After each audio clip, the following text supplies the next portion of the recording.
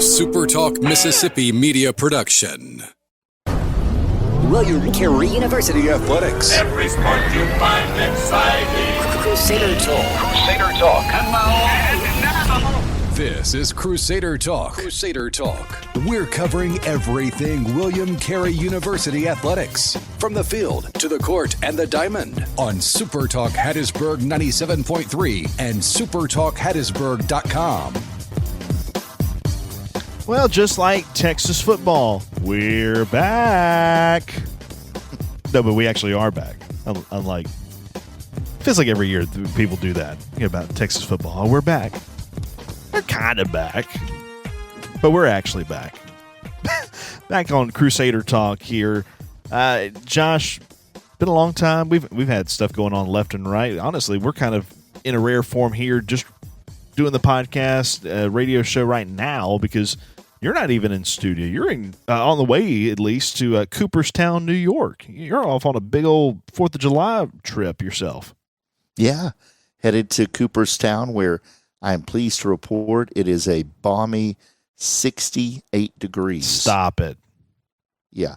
They were talking in Rochester yesterday. They were talking about how it was a hot day at the ballpark, and it was 80, Caleb, with a breeze off Lake Ontario. Just probably felt terrible. Like that, a wind chill, not a heat index, a wind chill. I think probably 77 is what it felt like, and it was a bless your heart moment from somebody in Mississippi.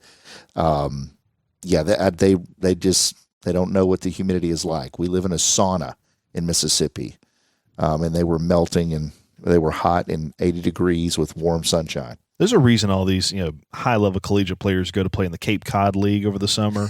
Exactly. There's a reason that league exists and is held over the summer, because that is prime position to be in this time of year to play baseball. But, hey, enjoy it while you're up there. Glad you're getting to have a little bit of fun and festivities with family. The reason we didn't have a podcast last week is because my family decided to be on the mend, and so because Josh was out of pocket and so was I, we just said, well, we just can't make it happen this week. But we promise you some content this week, and this is about to be the fastest hour / depending on if you're in podcast form, 42 minutes that you're ever going to see as far as content-filled programming for a summer show, that is.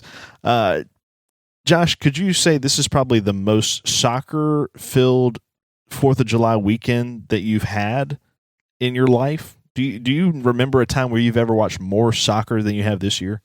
Oh, no. I think that goes for everybody. I think for whatever reason, America needed the World Cup this year. 250th, and for some, just for whatever reason, you feel like you're not as patriotic as you should be.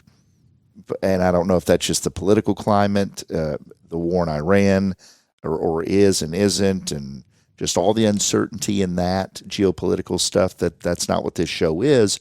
So sports just unifies, and it gets people excited, and it brings people together. And I think no more so. I think we as Americans are just extremely late to the party, but we're starting to figure out what this game of soccer is all about and what the World Cup is all about.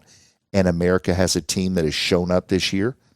And I think it has really captured the enthusiasm and the imagination of it. And then one of the storylines that I want to get your take on, Caleb, is that soccer fans from around the world have come to America and made us realize a lot of the things that we take for granted and don't appreciate it as much as we should, from a freedom standpoint, from a lack of a better word, luxury standpoint, amenities standpoint. People have fallen in love with this country, the littlest things to Taco Bell, to Buc-ee's, to, maybe Cracker I don't Barrel. take Buc-ee's for granted, and you know that. Right. Oh, yeah, I don't. I've already been there on this trip. But, I mean, have you enjoyed the social media viral videos and stuff that have been out there from the soccer fans? Absolutely. I mean, there was the one guy that really caught fire on Twitter, Freddie, who was a German fan, or a Germany fan, I should say, but he made a big cross-country trip, and he was actually going back through the South because he didn't get to spend enough time down here just to kind of get the lay of the land and sample the food, enjoy all the sights that he can before heading back home. That's the advantage that a lot of these Europeans have, because they have holidays, and not in the form that we have in the U.S. Like you get 4th of July, you get Christmas, Christmas Eve. Where a holiday for them is an extended vacation that could last up to 28 days, give or take. And it's one of those mandatory things that the Europeans have to take. And so they will save it up, get ready, and for the World Cup, they have been itching for this moment to get to come over to the United States and see all this. And like you say, I mean, they are experiencing all kinds of things for the first time. One of them being air conditioning. For a lot of them, at least it being a routine thing to find in everywhere you go. Secondly, ice and beverages. I'm trying to think of all the different ones. Our stadiums are another thing. Imagine refills, free refills, free chips and salsa at your Mexican restaurants. Just all those different things. But I really think for, say, an England fan to walk into Mercedes-Benz Stadium for the first time and to just see the palace that it is. I haven't even gotten to experience it yet myself, but to see that in full force and think, wow, these Americans really have built some palaces. And the other one that just got me tickled the other day was people talking about the number of stadiums that technically could host that fit the bill as far as number of seats, the dimensions of the field are acceptable. So a lot of college football venues would make the list of, you could host 80,000 people and have a soccer match, that fits on the pitch. And what's so funny is the thought of, these people say, man, you've built these giant things. You must host so many things. No, we use it 6 times a year. That's it. College football palace, you use it 6 times a year for your main events, and that's it. Yeah. Well, and I think one of the other things that helps too, you talked about, getting to come over here for a holiday. It doesn't hurt when the euro is $1.14 against the dollar and the pound is $1.33 against the dollar. So they can come over here and get a discount. Yeah, it feels cheaper. They're coming over here and stretching their currency. So they're having a ball. Yeah. Just great time being had by many, including England, who, wins their match over Mexico in Mexico City. How about that? That was one of the best matches I've gotten to take in so far during this World Cup, not involving the U.S. Oh, it was incredible. And so, of course, for us, our buddy Tom DeSanjos, being from London and being, pro-England, I immediately think of Tom and then all the guys from HFC and stuff that are pulling for England. So it just kind of started following them over the last couple of summers in the different Euro leagues and some of those different competitions, and then it just translates into this being a World Cup year. No, they weren't given a chance, I don't think, in many circles. I think a lot of people thought that was going to be Mexico's moment, and England was having none of it all night. That was tremendous. I mean, in 11 minutes of stoppage time in a 1-goal game, England up 3-2, you just thought there was some magic in Mexico City that was about to happen, and we were going to see extra time or something of the sort. And man, there were a couple touches there where you thought, oh, and then it would sail wide or go high over the bar, or England would block and send it back the other way. It was just incredible. And think about it, 4 o'clock in the morning their time, by the time they're getting to see the end of this one. I mean, it was something that British television tried to move that game up earlier in the day into the heat of the Mexico City afternoon. And FIFA pushed back and just said, no, we're going to keep the original time. Yeah, England did just fine. And I think the pubs and the bars and the restaurants in England said, we're just going to, pull a 24-hour, pull double, triple shifts and make a ton of money. They're doing A-OK now. Yeah. They're doing just fine. Doing fine. The liquids are aflowing and the pubs open late. Yeah. No, you just go for 2 days straight, Caleb. That's you don't it. even stop. Oh, goodness me. All right. So coming up in our show today, we've kind of talked ad nauseum about some soccer stuff, and we'll probably get to some William Carey related soccer things later on in the program. But on the docket today, something official happened on July 1st, and that was the welcoming of 3 different schools officially into the SSAC. We've talked about them and their coming up initiation into the conference, but they are now official as members of the Southern States Athletic Conference. Xavier was the earliest member that we had learned about. They are now in. They will bring to the table the sports of baseball, men's and women's basketball, cross country, soccer, indoor track and field, outdoor track and field, tennis, softball, women's volleyball, and competitive cheer. The other 2 were kind of a pair that happened about just a couple months or so after Xavier was official. But Andrew College out of Cuthbert, Georgia, they're the Fighting Tigers. They are a bit unique. They are going to bring in a football team, but that football team will not play under the header of the SSAC. However, they will host men's and women's basketball, flag football, men's and women's soccer, men's and women's wrestling. I don't know which conference they'll officially play in that. Women's volleyball, softball, baseball, and men's golf. So no women's golf, but they do have men's golf. Elsewhere, Wesleyan College is the last one that comes into the fold, and they will bring in women's basketball, women's volleyball, women's soccer, softball, beach volleyball, women's wrestling, flag football, and competitive cheer as well. So all-girls school making the jump from D3 to the NAIA, going to be able to offer up full athletics scholarships. So we're going to talk about these teams coming up next. You're listening to Crusader Talk on SuperTalk Hattiesburg 97.3 and SuperTalkHattiesburg.com. All right, continuing here on Crusader Talk, we mentioned there at the start of the month of July, we have official moves now in the SSAC, and here to talk about it is the commissioner himself. Mike Hall joins us here on Crusader Talk. Commissioner, happy 4th to you. A little bit late on that mark from us, but thank you so much for joining us. And did you have a good one? I did, Caleb. Thank you so much for having me. Our family was on vacation at the beach, and everything went well. And now I'm getting back to the grind and trying to get everything ready for the fall season, because it'll be here before we know it.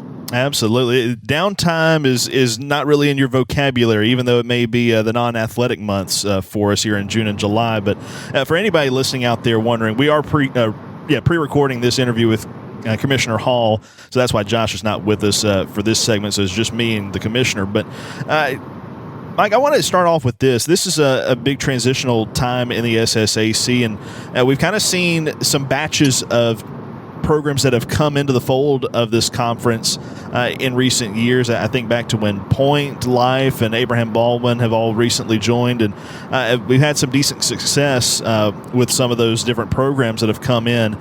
And when I found out about Xavier coming into the SSAC, I thought this is a great fit. And not just because selfishly it's another team that's within the locale of William Carey, just down the road in New Orleans, but this is a team that's going to bring a lot of possible success to this league. Absolutely. I think they're one of the top 20 teams in the nation. NAIA, typically in the Learfield Cup standings.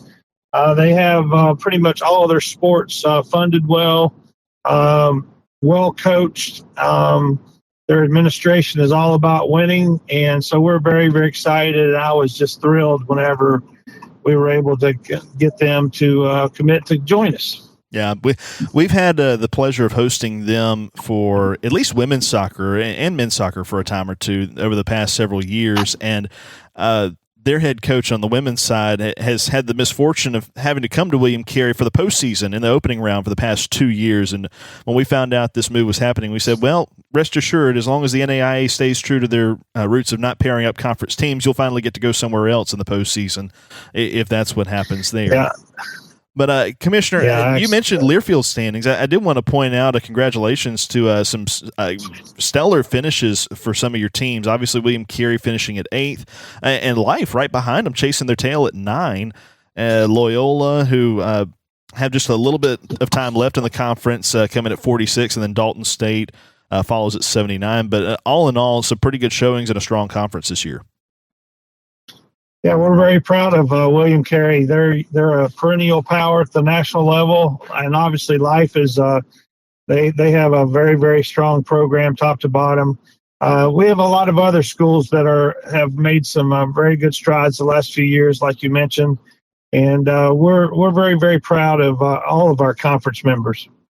So, Commissioner, in the state of athletics right now, it's easy to jump on into different topics of revenue sharing and different deals that are trying to bring money back into the athletics programs. But just in your general standpoint, how would you grade where we are as a conference in the grand landscape of college athletics? Because it feels like it's a big transitional time in the way that college athletics operates and is just generally looking moving forward. How would you say the SSAC is squaring up against all the different things that are going on? Well, I think we're doing very, very well. Obviously, we're the fastest growing conference in the nation, adding 3 schools this year, and we'll be adding 2 more schools in 27-28. That was released last week. We're also adding 3 new conference championships, men's wrestling, women's flag football, and women's beach volleyball. So we're going to go from 20 conference championships to 23.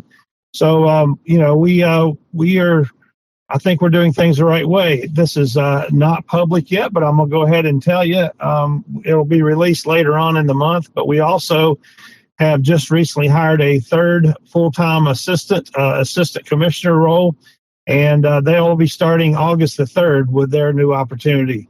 And we're doing that just because we need to be able to provide quality services top to bottom for all of our member schools.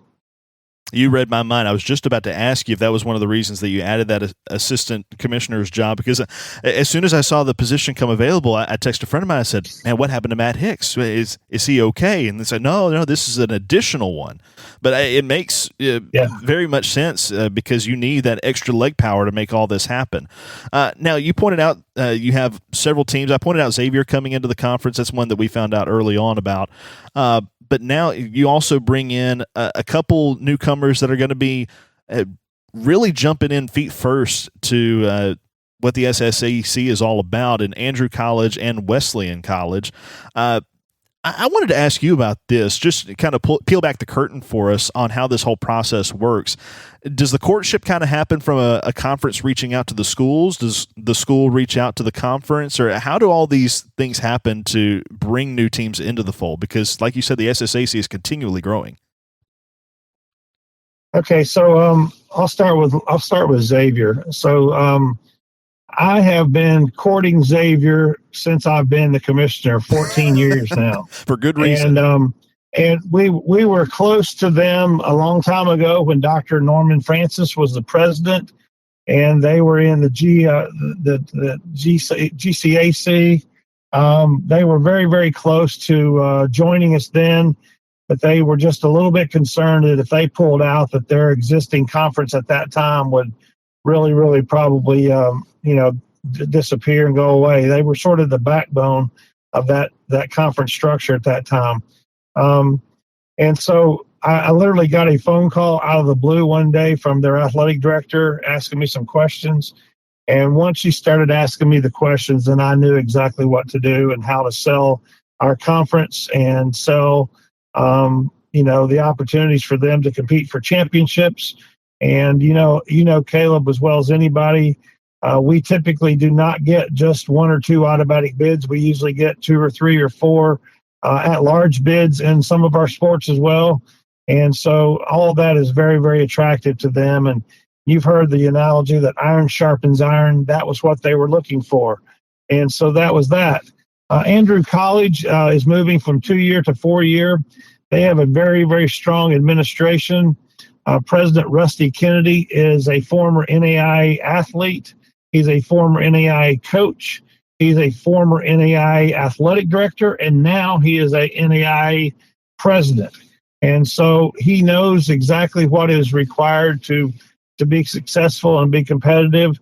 They're going to take a year or 2 to get their feet on the ground, but they're growing as an institution. And with Dr. Kennedy and Brian Skorts, Brian used to be the athletic director at Midway in Kentucky, another NAI school. So they have the NAI background and leadership, and I think they're going to do nicely moving into our conference. Andrew College is an all-female institution, so they only have the female representation.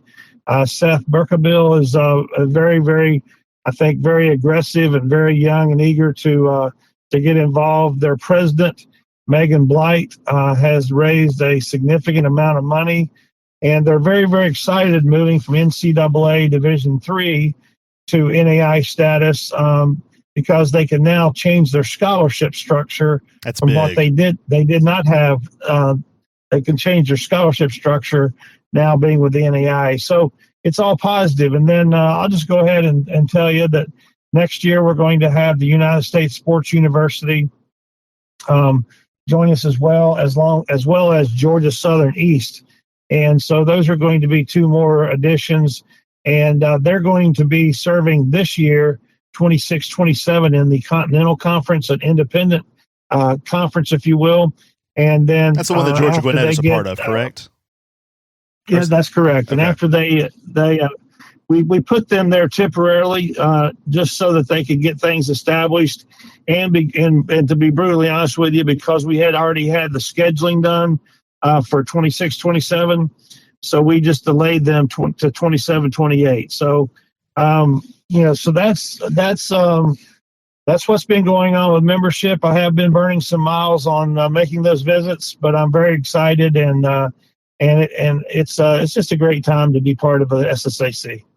If you had to summarize it in about just 1 minute, what are the biggest advantages that you've seen of this particular expansion of these three teams? Xavier probably I would consider as a 1-to-1 exchange of what we're losing in Loyola in the coming years and what they add to the table with Xavier. But for these two startup schools, I feel like the answer may be new conference championships given the sports they add. Oh, absolutely, and just the structure. Okay, just the structure. So I'm bragging a little bit.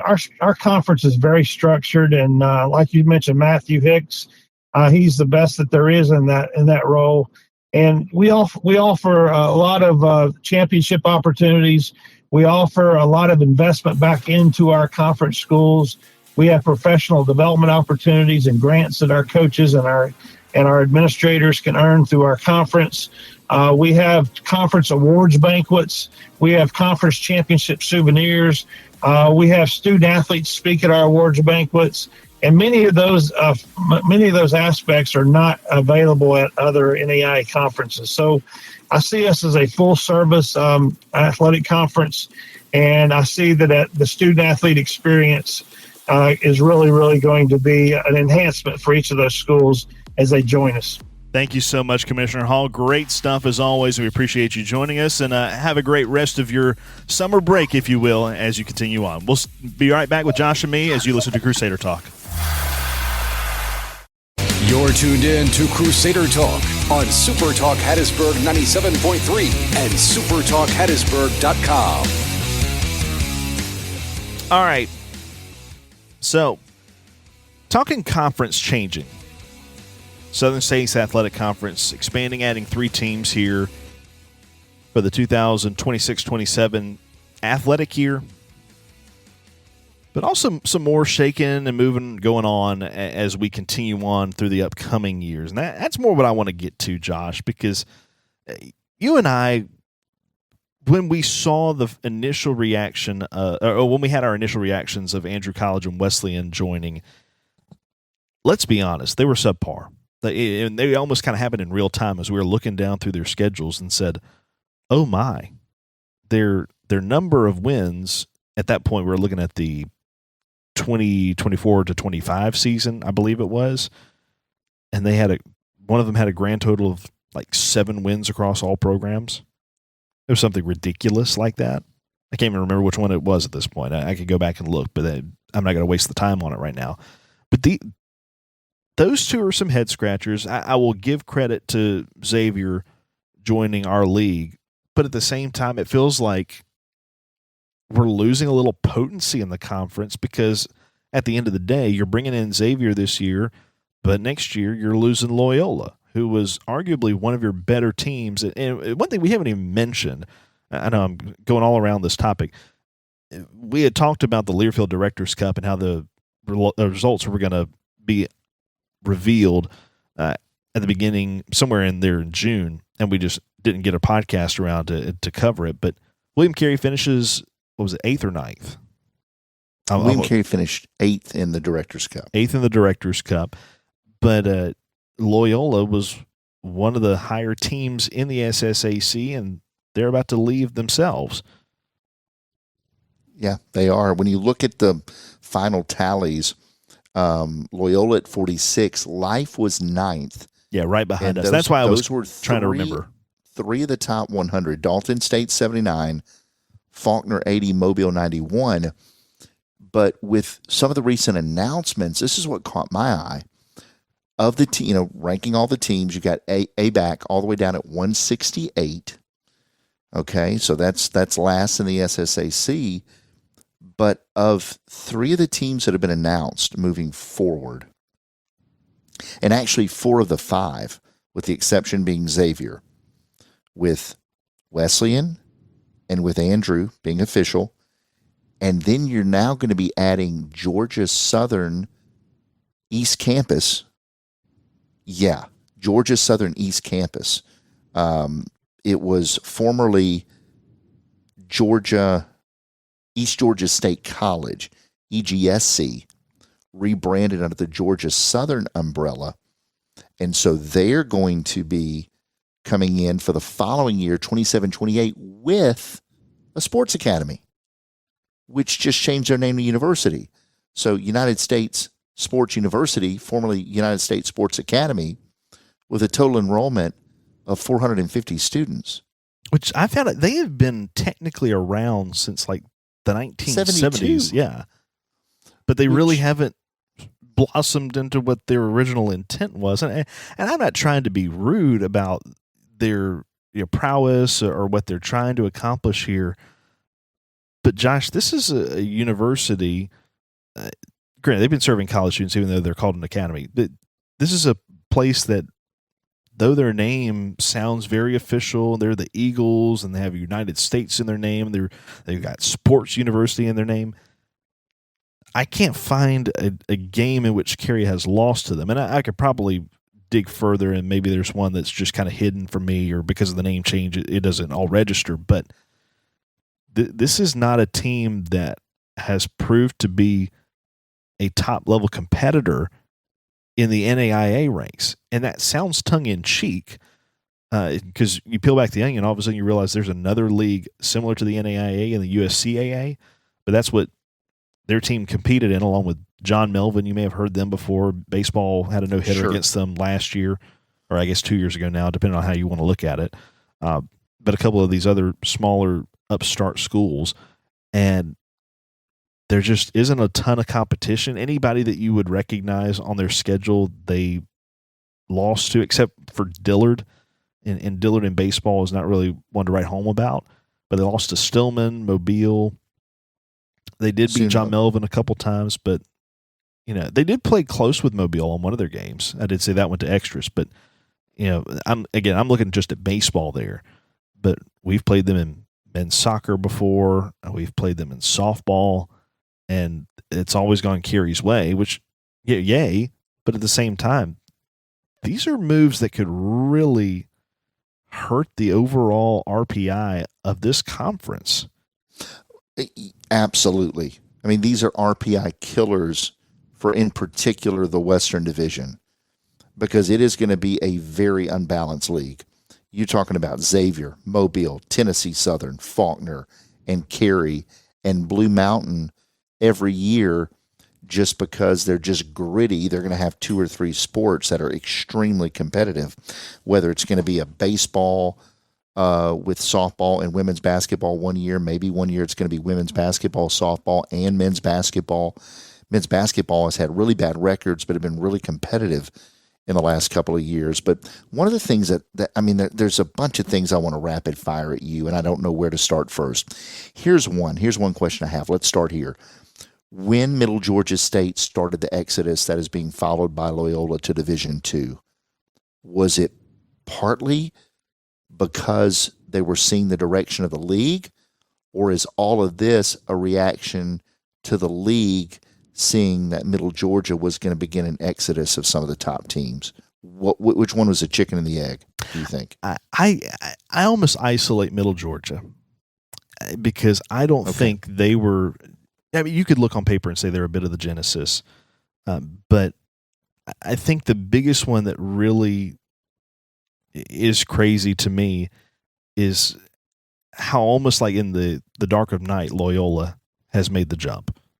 We had heard for years about Middle Georgia trying and failing to go D2 because no conference would pick them up. And then all of a sudden they finally found one that would fit the mold, and they got their paperwork in order to where they could make it through. Loyola just seemed like, oh, well, we're already in a prime position, and all of a sudden the Gulf States Conference will take us. And boom, bam, welcome in. Because it was a perfect scenario for Gulf States. Because you look at all the football members that are leaving them. So all of a sudden they say, okay, we can take a school that's not football because we can take a competitive athletics program and still use them even if you don't offer football, because Mississippi College is already dropping it. West Florida is moving on. And so all these different things are going in that direction for that conference. And so it made sense to say, yeah, Loyola, come on in. And I'm kind of wondering, is Carey watching a bus go by and missing the trip? Well, you don't want to be Washington State and Oregon State. You don't want to be a Louisiana Tech. You don't want to be a Southern Miss. And a lot of Southern Misses was out of their control. But in terms of fit, I think that, and I think everybody looks when they think Southeastern Conference at the Division I level, they think of football. Just in terms of some of the makeup of the institution, Vanderbilt in some ways doesn't seem to be a fit for the league with some of the other teams in the league. You could see them more in maybe even a Big Ten with some of maybe the history, the academic standards, maybe even the ACC with a Duke and a North Carolina and some of those different institutions, primarily a Duke, I guess, and maybe they're the SEC's Duke, okay, but Georgia Tech, Duke, some of those teams. Yeah, I could see a Vanderbilt in an ACC fit, but I'm looking at some of the makeup of some of these teams. We just mentioned United States Sports University, and then I'm looking at Andrew. I'll let people fill in the blanks here if you will, but they're a private liberal arts school from the United Methodist Church. And then you have them joining a league with a bunch of Southern Baptist institutions. And you're like, where's the connections off of athletics to like-minded institutions and visions and so forth? Well, and we're also adding a HBCU Roman Catholic institution. Yeah, there's just a lot. And what I mean by that is there's just going to be a lot of different philosophical differences potentially about how to do academics, what role athletics play in your school and so forth, and enrollments, vast differences in enrollments, vast differences in endowments, in alumni population and so forth.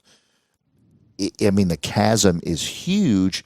So then if you're not like-minded, then are you not? I made this comparison a month ago. I'll make it again. Are you not Conference USA? You're stretched out geographically real far, and there's no connections of all the schools. Yeah, I mean, you're already UTEP over here, and your Rice over here. I mean, at least they got the Georgia thing going. I mean, this is no longer the Southern States Athletic Conference. This is the Georgia plus 4 schools conference. And the 4 schools used to be Georgia, Carolina, Alabama. I think it's more than 4 if you want to count. So it's Faulkner, Mobile, Carey, Blue Mountain, so Tennessee Southern, and now Xavier because Loyola's leaving. I know we're running out of time in this segment, and we could do a whole podcast just like kind of spitballing this and kind of brainstorming this.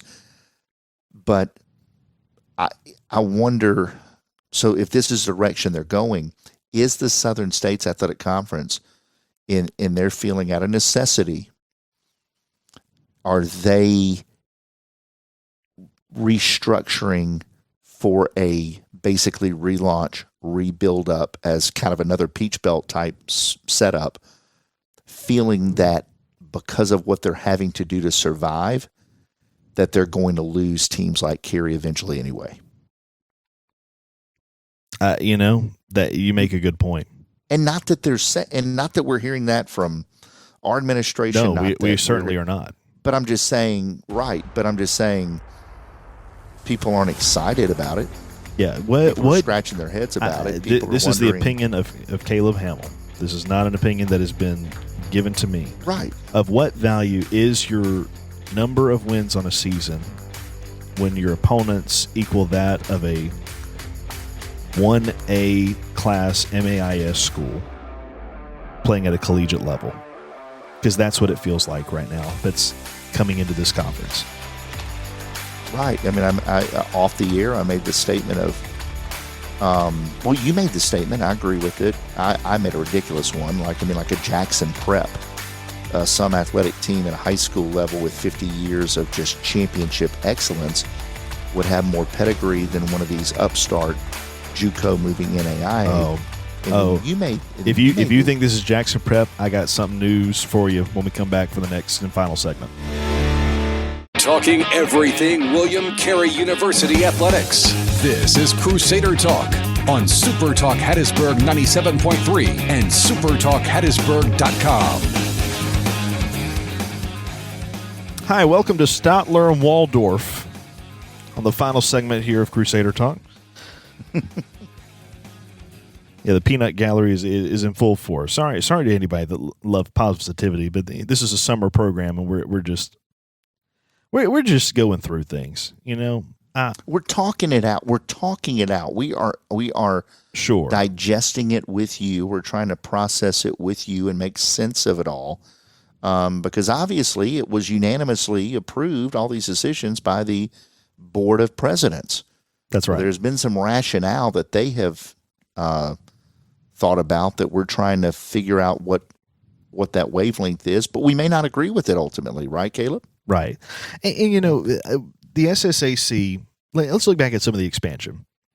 If you were to grade some of these teams they brought in over the last couple of years, you would say life has been a majority plus for this league. Yes. That was one of the home run hits that they had from a soccer standpoint, basketball. They've both been good. And those are two big-time sports for this league. Now, look over at Point University. Really the haven't. Struggle is real there. Yeah, haven't helped themselves in any way. I can't think of any sport in which they have been a huge contender. They've upset the apple cart at the bottom of the league a couple times. Battling with Bruton Parker for last place in something here or there. But at the same time, it just really have not been the mover, shaker, playmaker. But you look at Abraham Baldwin. This was one of those risky teams that the league brought in, one of those JUCOs that turned into a 4-year institution, looked to join a 4-year league, and they had sparks. We have seen them compete, especially baseball. They jumped in feet first into the baseball realm and really competed well. But they carried that with them from junior college on into their 4-year version of themselves. And that's why I think they're a little bit different than what we're about to see with two of these three that are officially joining, or they're now officially members of this conference. So back when we found out Wesleyan was joining, and this is a women's institution, they are only bringing women's sports to the league. Let's look at their records so far in the sports that William Carey also competes in. Let's start with women's basketball. Josh, over-under guess on how many wins basketball had. I'll set it at 3.5. Over or under? It was under. Yeah. 1 win, 20 losses for this past year. So I'm not even going back to before their announcement of becoming a team in the league. This is this year. Their final year before being SSAC members. They had 1 victory over the very popular Agnes Scott out of Macon, Georgia. 1,000 points to you if you've heard of that school. No chance. Soccer. So again, all women's sports. Ophir. Oh, no, they did have one win. Okay. Over Andrew. Well, I'm sorry. Of all things, the other team that's about to join the league, Andrew. They won 5-0, but they went 1-15. So, race to the bottom there. Okay, let's move on to softball. Hey, they had some success there. It was only 5 wins, but still some success comparatively. And their 5 wins were Payne College, Berea College out of Kentucky. They got a pair of wins. Brevard College, and then one over Covenant College. So those were their 5 wins in softball. Went 5-29. Get your college savings going there. And then finally volleyball, they went 4-24. So no winning records in any of the sports that they could possibly compete against Carey in. Now, on the other side, and we'll get the full reaction as I tell you this one, Andrew College, they had an 8-1 football record. Congratulations to them. But that's not a sport Carey will compete against them in. Outside of that, the team sports in which they occur on a field, so I didn't look at golf or track and field for any of this. The only team that did not have a losing record was volleyball, in which they went 15-15. Everyone else had a losing record. In the baseball, basketballs, soccers, softball, all of it, losing records except for women's volleyball, which was a 500 record of 15-15. So these are pure expansion teams. Pretty much. Teams. These are not, FCS teams moving to FBS or dominant JUCOs making the jump. These are essentially expansion teams. And so if I see the potential of ABAC, I see the potential of that community. I see the potential of that school. So if you could see that before they joined. Right. You can see that. Now, with that said, if this is the 5, 10, 15-year plan for those schools, Carey has a 2 or 3 year plan to be to 8,000 students. They're not in the same, solar system. They're not in the same galaxy almost in terms of where Carey's wanting to go and who they are and where these teams are coming from, which is just, pure expansion, pure upstarts from nothing, trying to make something. So it's just going to be interesting to see how can they coexist. How fast can these teams get up to standard? That's right.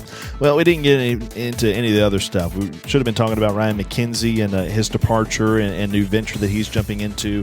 Later on this month, Coach Bobby Hoffer will be inducted into the Mississippi Sports Hall of Fame, but we're just purely judgmental on this podcast. So for Josh, I'm Caleb saying good night, God bless, and go Satyrs. A SuperTalk Mississippi media production.